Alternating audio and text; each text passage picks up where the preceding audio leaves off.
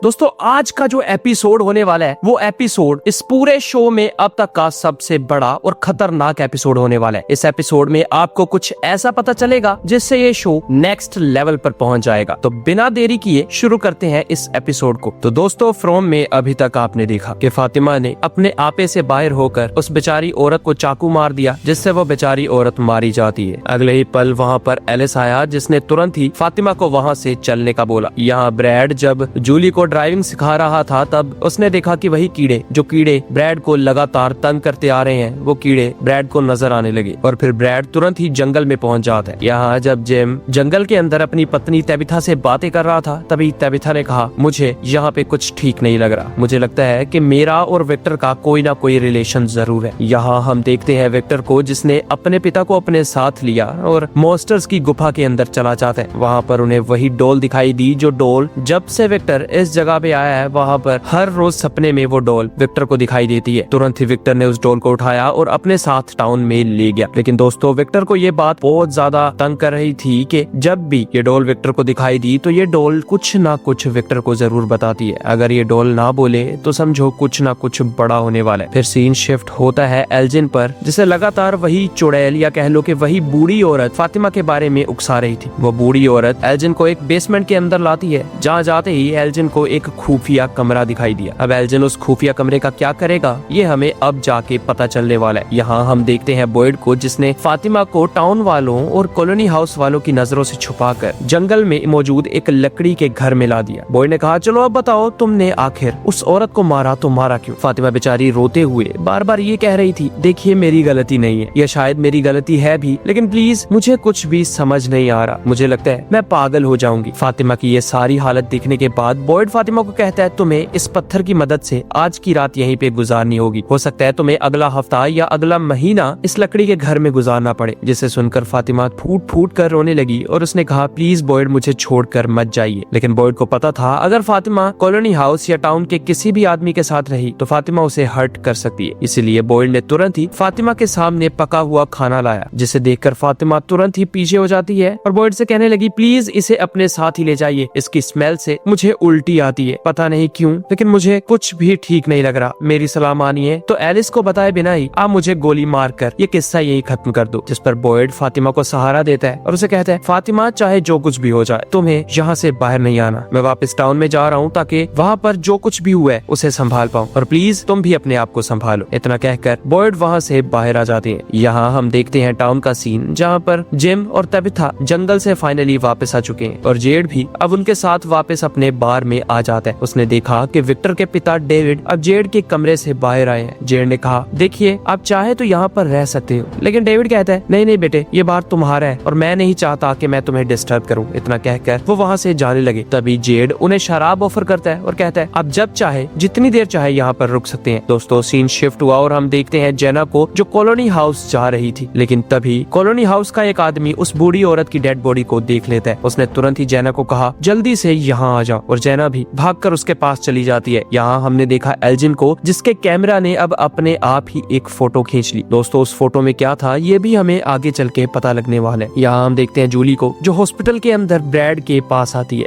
Bread ने जूली के साथ जो कुछ भी किया, जितना अच्छा और क्वालिटी टाइम स्पेंड किया, जूली उस सब के लिए ब्रैड को थैंक्स कहती है। लेकिन ब्रैड ने कहा, अब शायद तुम्हें यहाँ से जाना चाहिए क्योंकि शाम होने वाली है और तुम्हारे घर वाले तुम्हारी चिंता कर रहे होंगे। लेकिन जूली ब्रैड के पास आती है और ब्रैड से कहने लगी, देखो मुझे भी तुम्हारी तरह के कीड़े नजर आते थे, मुझे नहीं पता क्या वो सिर्फ और सिर्फ तुम्हें ही क्यों नजर आ रहे हैं, लेकिन मेरा यकीन करो जब भी कीड़े नजर आए तो समझ लेना वो बिल्कुल नकली है, वो तुम्हें नुकसान पहुंचाने की कोशिश करेंगे, इसीलिए हिम्मत से काम लिया करो। लेकिन दोस्तों ब्रैड, जो पहले से ही बहुत ज्यादा गुस्से में होता है, वो जूली को कहता है, प्लीज मेरी माँ बनने की कोशिश मत करो, तुम्हें नहीं पता जब वो कीड़े आते हैं तो मुझ पे क्या गुजरती है, इसलिए चुपचाप यहाँ से जाना ही बेहतर होगा। दोस्तों जूली भी अब ब्रैड से गुस्सा होकर वहाँ से चली जाती है। यहाँ हम देखते हैं बॉयड और उसके बेटे एलिस को, जो कॉलोनी हाउस की तरफ जा रहे थे। बॉयड ने कहा, देखो बेटा एलिस, मैंने तुम्हारी पत्नी को सुरक्षित जंगल के अंदर रखा हुआ है, तुम्हें बस इतना करना है कि कोई भी गलत कदम मत उठाना, चाहे कोई भी तुम्हारा अपना या पराया, ये चाहे जो तुम्हारे काफी ही ज्यादा करीब क्यों ना हो, तुम्हें उसे भनक तक नहीं लगने देनी कि ये सब कुछ फातिमा ने किया। और चुपचाप जाओ, कुछ कपड़े पैक करो और उसे मेरे पास ले आओ, तब तक मैं यहाँ पर सिचुएशन को कंट्रोल करता हूँ, और याद रहे वो सारे के सारे कपड़े फातिमा के हों। इतना कहकर बॉयड बूढ़ी औरत की डेड बॉडी के पास आ जाता है। कैनी और पुलिस ऑफिसर कैली वहाँ पर पहले से मौजूद थे। बॉयड ये सब कुछ ना जानने की एक्टिंग कर रहा था ताकि किसी को फातिमा पर शक ना हो। कैली ने कहा हमें हर एक से पूछताछ करनी चाहिए, हो सकता है किसी ने कुछ ना कुछ जरूर देखा हो। जिस पर बॉयड ने कहा तुम कॉलोनी हाउस वालों की पूछताछ करो, मैं टाउन में जाकर सबसे इस बारे में पूछता हूँ, लेकिन मुझे लगता है कि टाउन में कोई ऐसा नहीं है जो इस मौत का जिम्मेदार हो। जब कैली वहाँ से जा रही थी कि तभी कैली ने पीछे मुड़कर बॉयड से कहा तुम्हें पूरा यकीन है कि ये मॉन्स्टर्स का काम नहीं? जिस पर बॉयड कहता है क्या पता ये घटिया जगह हमारे साथ क्या क्या और बुरा करे। जिस पर कैली बेचारी चुपचाप आगे बढ़ जाती है। यहाँ अगले ही पल डोना आई, जिसने बेचारी बूढ़ी औरत की डेड बॉडी पर एक चादर ओढ़ दी। डोना ने कहा मुझे तो ये सब कुछ सैरा का काम लगता है। मगर बॉयड कहने लगा हो भी सकता है, लेकिन यकीन मानो हमें किसी पर भी इस तरह शक नहीं करना चाहिए। लेकिन फिर भी मैं टाउन जा रहा हूँ, तुम्हें भी मेरे साथ चलना चाहिए। हम दोनों मिलकर टाउन में इस बेचारी औरत की मौत के बारे में पूछेंगे। फिर सीन शिफ्ट हुआ और हम देखते हैं विक्टर को, जिसके पास अब सैरा मौजूद थी। विक्टर उल्टा सैरा पर ही गुस्सा हुए जा रहा था कि ये मनहूस डॉल विक्टर से बात क्यों नहीं कर रही। बातों ही बातों में सैरा ने विक्टर को शांत रहने का कहा, लेकिन विक्टर और भी ज्यादा भड़क गया और विक्टर कहने लगा जब आखिरी बार ये डॉल मुझे मिली थी, यानी मेरे सपने में आई थी और इसने कुछ भी नहीं कहा था, उसके अगले ही पल कैनी की मॉम मारी गई। और वो सिर्फ एक साधारण सी मौत नहीं थी, बल्कि हम सब ने देखा कि मॉन्स्टर्स ने बॉयड के सामने कैनी की माँ को चीर फाड़ कर दिया था। तो इसीलिए अब भी बहुत कुछ बुरा होने वाला है। दोस्तों यहाँ हम देखते हैं तबिथा और जिम को, जो अपने घर में लंच की तैयारियां कर रहे होते हैं। जिम तबिथा से कहने लगा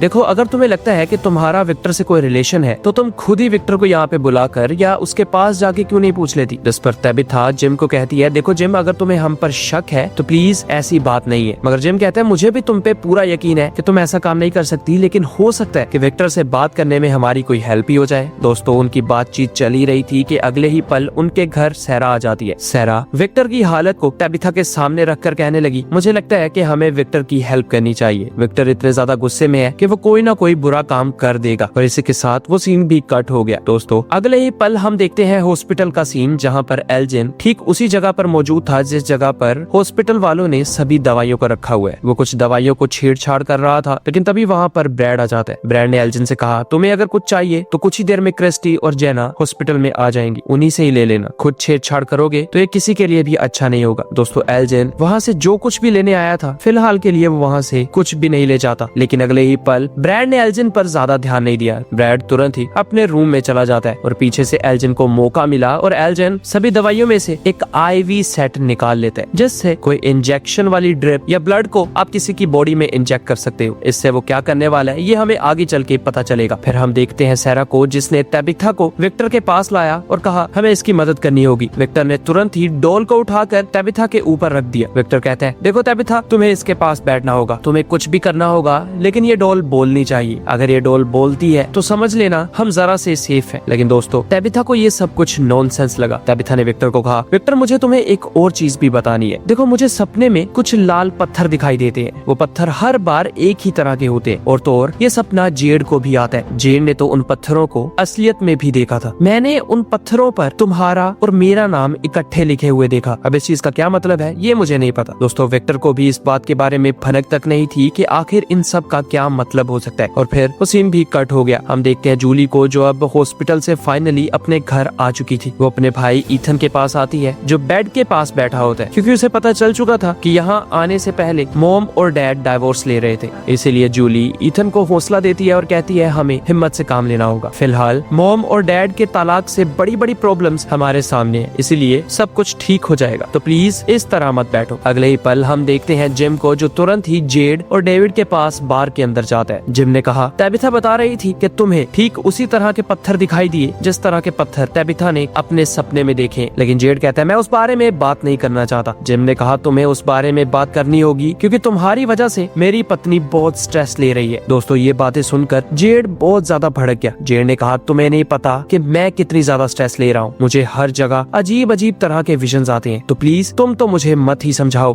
कि मुझे क्या करना चाहिए और क्या नहीं। और जब तक मैं यहाँ से बाहर निकलने का रास्ता नहीं ढूंढ लेता तुम अपनी बोलती बंद रखो। इतना कहकर जेड वहाँ से बाहर चला जाता है। फिर हम देखते हैं फातिमा को, जिसके पास एलिस आया। फातिमा एलिस को गले लगा लेती है, लेकिन एलिस ने कहा हमने सब कुछ संभाल लिया, सिचुएशन हमारे कंट्रोल में है और कोई नहीं जानता कि उस बूढ़ी औरत को तुमने मारा है। लेकिन फातिमा कहने लगी हम तो जानते हैं ना, बताओ हम इस ट्रॉमा के साथ अपनी पूरी लाइफ कैसे गुजारेंगे। लेकिन एलिस किसी तरह फातिमा को सहारा देता है और उसे शांत रहने का कहता है। एलिस ने कहा मैंने कुछ कपड़े और कुछ जरूरत के सामान इस बैग के अंदर पैक कर दिए, फिक्र मत करो, हम तुम्हें बचा लेंगे, तुम्हें बस धीरज से काम लेना है। इतना कहकर एलिस वहाँ से चला जाता है। लेकिन अगले ही पल हमने देखा कि वही बूढ़ी औरत एल्जिन को दिखाई देती है, वही फातिमा को भी दिखाई देना शुरू हो चुकी है। फातिमा उसे देखकर बहुत ज्यादा डर गई, मगर अगले ही पल वो बूढ़ी औरत वहाँ से गायब हो जाती है। फिर सीन शिफ्ट हुआ एल्जिन पर, जो उसी ड्रिप सेट से अपना खून बाहर निकाल कर एक जार के अंदर जमा करता है, और फिर वो सीन भी कट हो गया। हम देखते हैं डेविड और जिम को, जिनकी आपस में बातचीत हो रही थी। डेविड ने कहा, तुम जेड को कुछ गलत समझ रहे हो, वो लड़का काफी अच्छा है और मैं जितनी देर भी उसके साथ रुका हूँ, मैंने देखा कि वो लगातार इस टाउन से बाहर निकलने की ही कोशिशें कर रहा है। मगर जिम कहता है, मेरी पत्नी भी इस टाउन से बाहर जा चुकी है और उसने भी यहाँ बहुत जुल्म झेला है, तो मुझे टेंशन तो होगी ना। फिर हम देखते हैं जूली और ईथन को, जो जंगल के अंदर ठीक उसी जगह पर आते हैं जिस जगह पर बॉयड ने मार्टिन के खून को अपने खून में मिक्स किया था, और ठीक इसी जगह पर ही बॉयड ने उस म्यूजिक को तोड़ा जिस म्यूजिक ने जूली, ब्रैड और जेना को कैद कर रखा था। दोस्तों, जूली जैसे ही अपने भाई का हाथ पकड़कर जरा सा आगे आई, तो पता नहीं कैसे जूली अपने आप को उसी गुफा में पाती है जिस गुफा में पहले बॉयड आ चुका है। जूली जैसे ही जरा आगे आई तो उसे कुछ समझ नहीं आया कि आखिर वो अभी तो बाहर थी और अभी वो इस गुफा में आ चुकी है। वो जरा सा आगे आने की कोशिश करती है तो उसने वहाँ पर ब्रैड, जेना और अपने आप को दीवारों के साथ बंधा हुआ पाया। वो तीनों बहुत ज्यादा शोर कर रहे थे, जिस वजह से जूली डर के मारे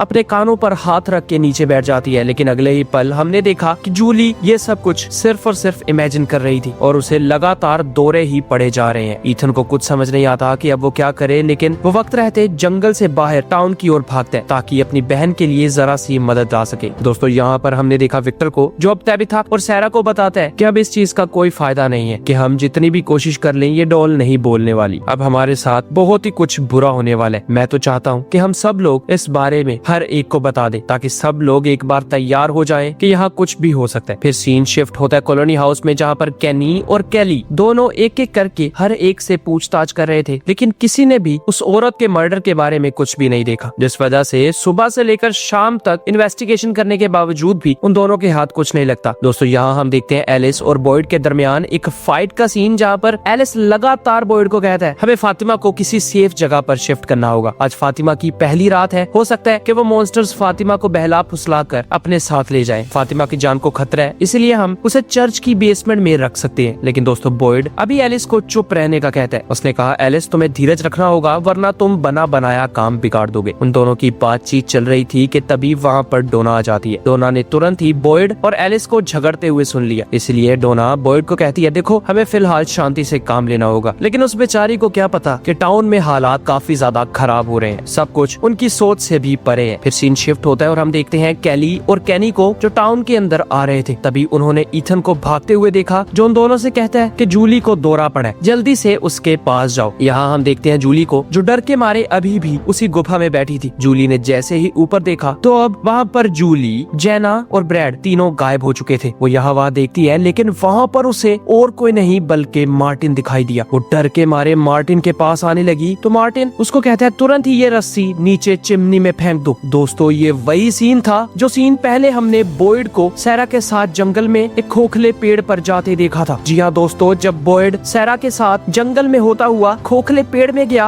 और सीधा वो चिमनी में आया, तो ऊपर से जिसने रस्सी फेंकी थी वो कोई और नहीं बल्कि जूली ही थी। दोस्तों, ये शो हमारी सोच से भी कई गुना बड़ा और कई गुना दिमाग घुमा देने वाला शो है। जी हाँ दोस्तों, इस शो के अंदर पहली मर्तबा टाइम ट्रेवल दिखाया गया, क्योंकि ये सब कुछ यानी ये रस्सी का फेंकना तो जूली अब कर रही है, लेकिन बॉयड तो काफी दिन पहले सैरा के साथ जंगल में निकला था। दोस्तों, ये सब कुछ क्या और कैसे और किस तरह हो रहा है, ये हमें आगे चल के पता चलने वाला है। तो जैसे ही जूली ने वो रस्सी नीचे चिमनी में फेंकी तो अगले ही पल वहाँ से मार्टिन भी गायब हो गया और फिर जूली डर के मारे उस गुफा से बाहर आ जाती है। लेकिन बाहर आते ही उसने अपने आप को एक और तरह की गुफा में पाया। वो जैसे ही पीछे मुड़ी तो पता नहीं कैसे जिस दरवाजे से वो आई थी वो दरवाजा ही गायब हो जाता है। जूली को कुछ समझ नहीं आ रही थी कि अब वो जाए तो जाए कहाँ, लेकिन अगले ही पल हमने देखा कैनी और कैली को, जिन्होंने जूली को उठाकर उस जगह से बाहर कर दिया जिस जगह पर जूली को दौरे पड़ रहे थे। और हमने देखा कि जूली अब वापस अपने होशो हवास में आ जाती है और फिर वो सीन भी कट हो गया। दोस्तों, ये सीरीज बहुत ही ज्यादा बड़ी और बहुत ही कमाल है और प्लीज जरा धीरज रखा करें, सभी पार्ट्स टाइम टू टाइम आते जाएंगे। थैंक्स फॉर योर टाइम दोस्तों।